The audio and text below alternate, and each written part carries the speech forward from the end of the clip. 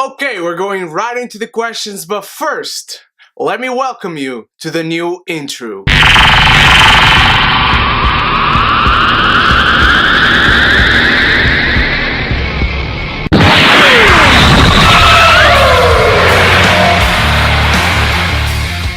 Hope you like the new intro, my beautiful geekies. Thank you so much, all of you who asked me some questions on Facebook. You asked a lot of tough but very fun questions. We're going right into them, so let me get the mighty Mac and we'll get started. João Magalhães, whose vlog you can check out right here and in the link in the description. He writes in Portuguese. If you guys are Portuguese, you will understand. If you are not, learn some Portuguese and you'll understand his reviews. He asks, what do I expect from DC in the movies, from the DCEU? About their internal organization, about Ben Affleck having quit as the director of the Batman, about Flash having two directors walking out of the movie itself. Look, there are no two ways about it. DC, as far as organizing their universe and their production line, they're in the shit zone right now. There's no two ways about it. They need a guy like Kevin Feige, and I don't mean Kevin Feige, I mean a guy who is there to guide them, who put a structure on the universe, to put a through line, for them to have a goal, for them to have a last line to reach. They have to build these movies and have these certain storylines, build this universe of them to reach a goal. And as far as we are concerned, we are expecting it to be the Justice League. But the Justice League is coming this year. And we have had Man of Steel, we have had Batman v Superman, we have had Suicide Squad, and we are going to have Wonder Woman before that. Then we have Justice League, and after that, way too many individual movies. And I'm not saying that's wrong. I was never against this plan of DC or doing Man of Steel, and then Batman v Superman, and then Wonder Woman, and then Justice League, and then their individual movies. I was never against that, nor am I to this point. They have producers and executives lining the stack up, lining these characters and these movies. They just want to make buck because the superhero movie is on the hype. Marvel is having a success, and so they should have a success. And Marvel, Kevin Feige, they want DC to be successful. They want their DC superhero movies to be successful, because whenever DC brings out a superhero movie, they are going to bring out another Marvel, and they are going to feed off each other. So if people, the general audience, who don't care if it is Marvel or DC, you don't care in general for superhero movies, but they admit that they are good, whether they are Marvel or DC, or they are bad, whether they're Marvel or DC, they are going to start lashing out at Marvel because the DC movies are getting such poor reception, because they are being so poor. And look, Man of Steel is a masterpiece to me. Man of Steel is an absolute wonder of a film. I think Batman v Superman was disappointed, but I like that film. I still think it holds up. I still think it is a good movie, but it needed to be a whole lot more than a good movie. I don't want to talk about Suicide Squad, and I'm hyping it up for Wonder Woman. I can't be hyped up for Justice League right now because I still fear for Wonder Woman, but if Wonder Woman is good, holy shit would I be pumped for Justice League. I just think DC needs to get their head in the game. They need to line up correctly these films and what they are going to do with these films leading up to a certain point where they are going to clash. Look at Marvel, look at that featurette about Infinity Wars that came out last week. That was wonderful, and you saw that from the beginning. They had a schedule. They had something that they wanted to reach. They had this goal, and they didn't know if they were going to be able to reach it, and that's why their movies are solid as a whole. Their movies are solid individually, but they feed into that lead up to what is now, as we know it, Infinity Wars. If Iron Man had failed at bringing the universe together and putting people on the perspective of superhero movies are good and respectable, they would have done Iron Man and Iron Man 2, and they would have been individual movies, and that's it. But I want all these movies to be great. I want all these movies to be good. I want to see DC thrive. I grew up with all these characters. Marvel, DC, whatever. I don't care. They're superheroes. I like them. I want them to be good. And I know there are people out there who choose Marvel or they choose DC, but personally, I don't care. I care about superheroes. I care about what superheroes represent to me. Superheroes are the epitome of what is being a human being. That's what they always represented to me. And so far, Marvel has done a great job at representing that. DC has had its stumbles. Nolan did it great. Man of Steel to me did it great. But fuck my opinion, people in general very divisive of Man of Steel. And Man of Steel didn't get the best reception and didn't get the best box office numbers. Batman v Superman did an excellent box office because it was Batman and Superman. I just want DC to put a director on The Flash, put a director on Batman, put a concise story together, do their movie, don't care what it leads up to, if the lead up works, care about a movie individually and put the little sprinkles of lead up into each individual film, but don't make the lead up the main thing about your movies. But thank you so much, Juan. Let me know what you think of DC. Let me know what you want them to do. Let me know your thoughts and opinions. I might have forgotten something. Let me know in the comments, and thank you so much for asking. Tiago Santos asks, if you could choose the next James Bond, who would it be? My first choice is one that I believe most people are wanting it to be, and that's Idris Elba. I think Idris Elba would be a wonderful, great James Bond. The guy is just a badass, and he is classy as hell. He doesn't have much to do right now, I believe. He has Heimdall on Thor Ragnarok, but after that, I think that's it. I don't think he's going to be in Infinity War. I might be wrong about that, or we might not know at all. Another good choice would be Tom Hiddleston, but I don't think he has the roughness to him. Tom Hardy would also be nice because he can be classy, he can be rough, but I don't think he's reached that point of recognition as far as general audiences are concerned. I think Idris Elba would be the best bet as of this moment. He also asks, what is the most emotional film you have seen to this day? I can remember 2 movies that had me crying through the credits. 2 of them were pure sadness and emotion / happiness of having spent too much time with these characters and loving them so much and seeing a story reaching such an awesome conclusion. And the other one was just pure joy. Hachiko, A Dog's Tale. This movie had me crying like a baby through the credits. I was watching this right there in my bed. I watched it and holy shit, that ending killed me. I don't have the balls to watch that movie over again because I know how it ends. I know I'm going to cry again. The other one that was sadness but also happiness because I love these characters so much and I was happy with the ending and with the trilogy as a whole was Toy Story 3. My god, this movie was the one movie that had me thinking, this is why I never gave my toys away and they are all in my basement. And then some of them came back into my room and that's what you see in here. And the one that was out of pure happiness that I cried was The Avengers. The Avengers, the first time I saw it on theaters, we had a big group of my friends. We were like 10, 12 people. We were on the last row of the cinema. Holy crap, we were all jumping and putting our hands up in the air and celebrating with the Avengers and geeking out at each and every action sequence in each and every single exchange between characters, when the characters met each other, when the characters fought each other. Every single time in that movie was just amazing. It was an amazing experience, and by the end, when the closing credits came in, I was like, I am happy. I am a happy boy. I am a happy 19-year-old boy. Holy shit, I was 19 when the Avengers came out. Shit. If you could enter Hunger Games, who would you choose as your partner and why? I would say Batman, but I'm Batman, so I won't choose Batman. So I will say the Terminator, because it's Arnold Schwarzenegger. And do I need any other reasons? He also asks my most loved and my most hated films of all time. I can choose The Avengers, I can choose La La Land, which is a recent one, Casablanca is one, Terminator 2 Judgment Day is another one. I could spend a whole video, a 24-hour video talking about my favorite movies of all time. Those are just some of them. My most hated ones?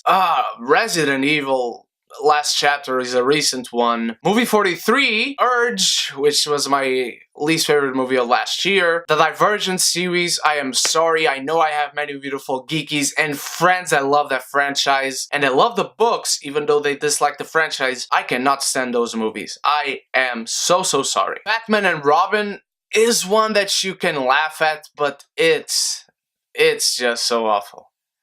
My god, that movie about my favorite superhero of all time, Batman and Robin, is a special kind of awful. Fat Four Stick is another recent one, which, holy shit, I spent £10 just on the ticket to that film, because I was in London at the time it came out, and then I saw the reviews just bashing this movie, and for some stupid reason, I got even more excited to watch that film. And at the time I thought, I have to see this. And we went to Vue Cinemas in Leicester Square, whom I was with in London at the time. We just went there, we bought some popcorn that were an extra £7, and those were some delicious popcorn, but still expensive.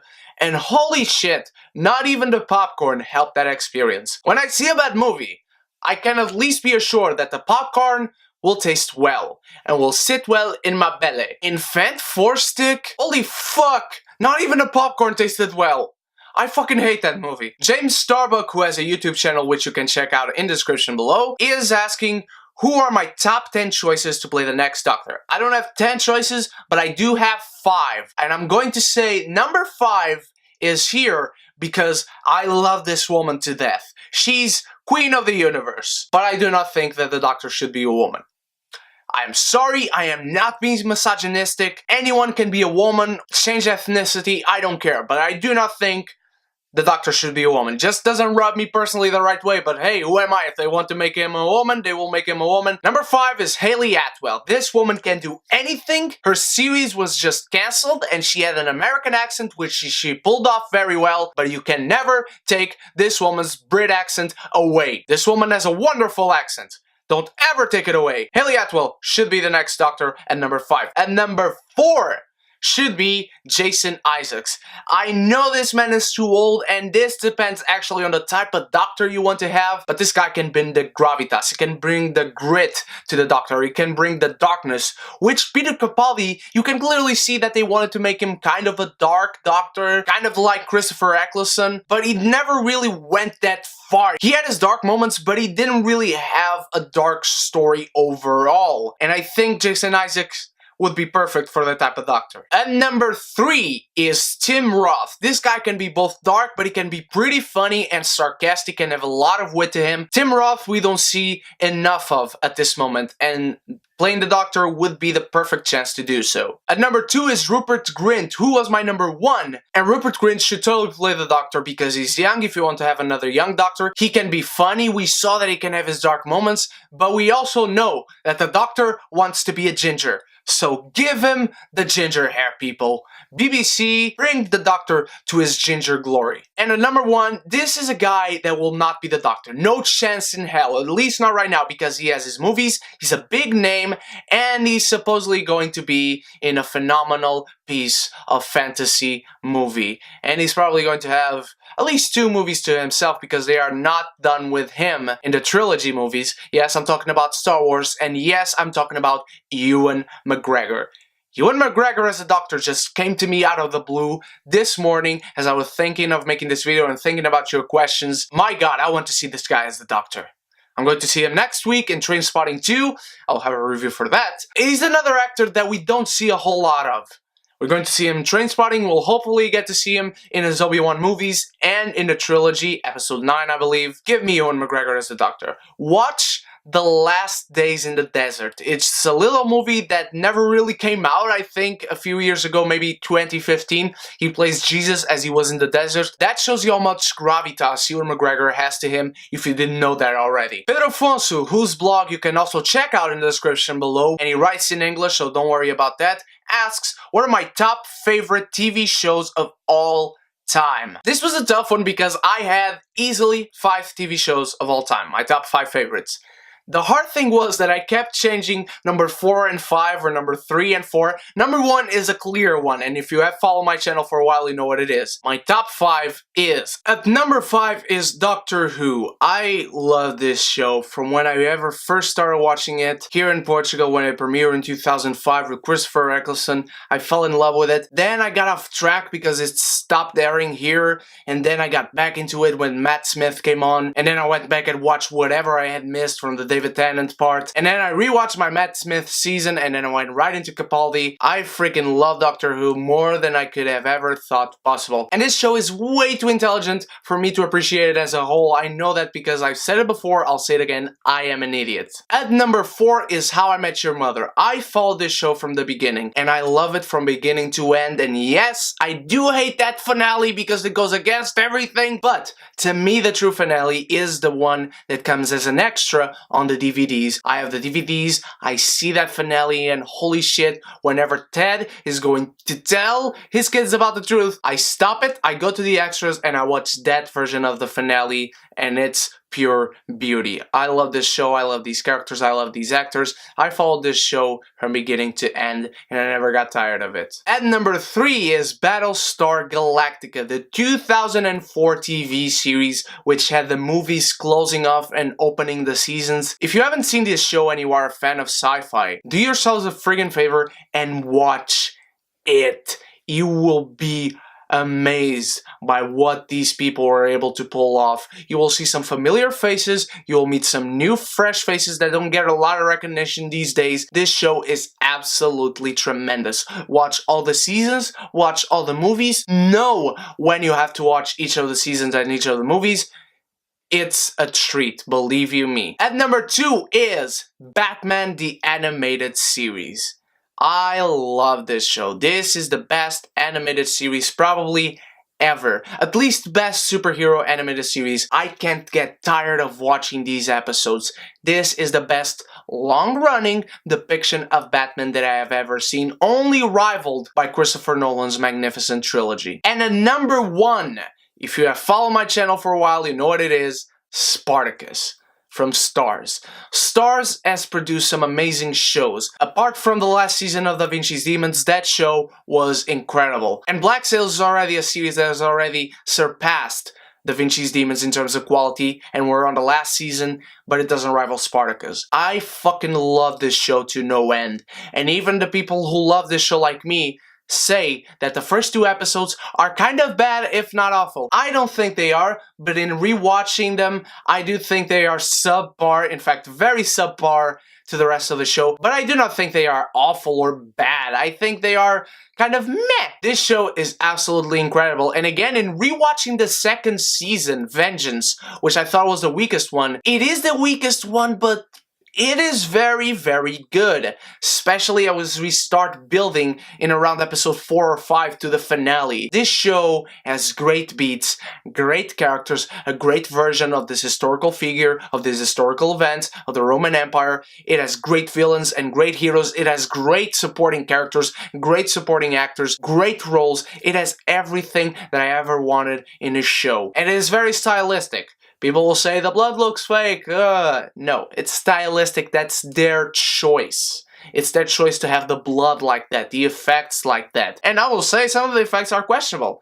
But you got to know what you are watching. You got to know what the budget is. This was a very low budget show for TV and for Starz. And Steven S. the Knight is now coming to directing Pacific Rim 2. And he directed Daredevil. I fucking love this show. My favorite show of all time. Without question. Spartacus, from Blood and Sand to War of the Damned. I fucking love this show. But those are all the questions, my beautiful geekies. Thank you so much for watching, guys. Happy Valentine's Day to you if you have a significant other. If you don't, watch a movie. Whenever I was single, my significant others were movies. Is Mistress Cinema that I call her. I love doing these Q&As, and I actually have a lot of fun doing these impromptu Q&As and let you guys lash it out wherever you want to ask me on Facebook, and I might do these more often. So let me know what you thought about them. Let me know if you want me to do them more often. Let me know what you think about the intro, and let your thoughts be heard on all these questions that I answer them yourselves. Don't forget to like this video and share with your beautiful friends. Tell them to click subscribe and the bell and join us, beautiful geekies, so we can help our community grow. And I just want to tell you guys,